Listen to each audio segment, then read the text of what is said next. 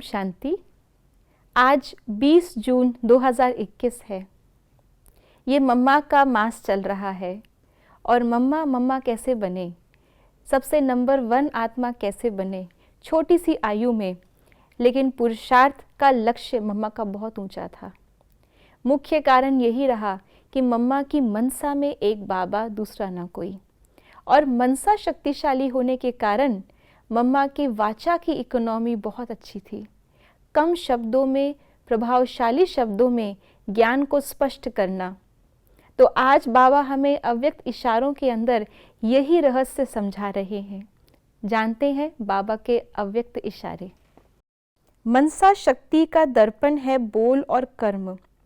चाहे अज्ञानी आत्माएं चाहे ज्ञानी आत्माएं, दोनों के संबंध संपर्क में बोल और कर्म शुभ भावना शुभ कामना वाले हों।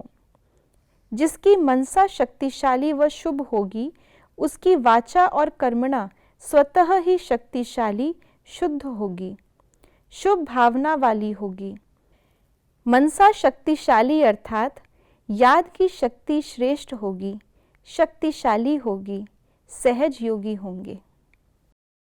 तो आज बाबा ने कहा कि हमारी मनसा कितनी शक्तिशाली है, उसका पैरामीटर, उसकी जांच हम अपने बोल और कर्म से कर सकते हैं। क्यों? क्योंकि मनसा ही हमारे बोल और कर्म का बीज है।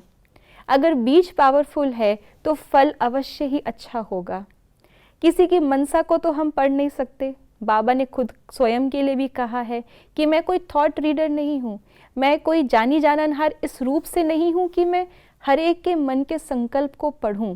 लेकिन बाबा अक्सर मुरलियों में कहते हैं कि बच्चों को देख करके, उनकी स्थिति को देख करके, उनकी सेवा को देख करके ये बता सकते हैं कि इस समय के अनुसार हम क्या पद पाएंगे।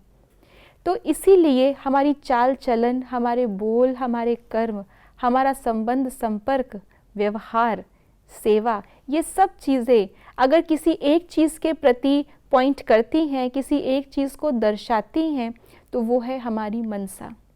हम कितना भी चाह लें, लेकिन अपनी मनसा को हम ढक नहीं सकते।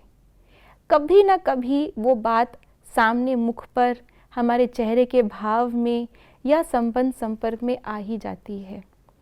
पहले समय में बाबा कहते थे कि मनसा में भले कुछ भी व्यर्थ संकल्प आए, लेकिन बच्चे कर्म इंद्रियों से कोई विकर्म ना हो।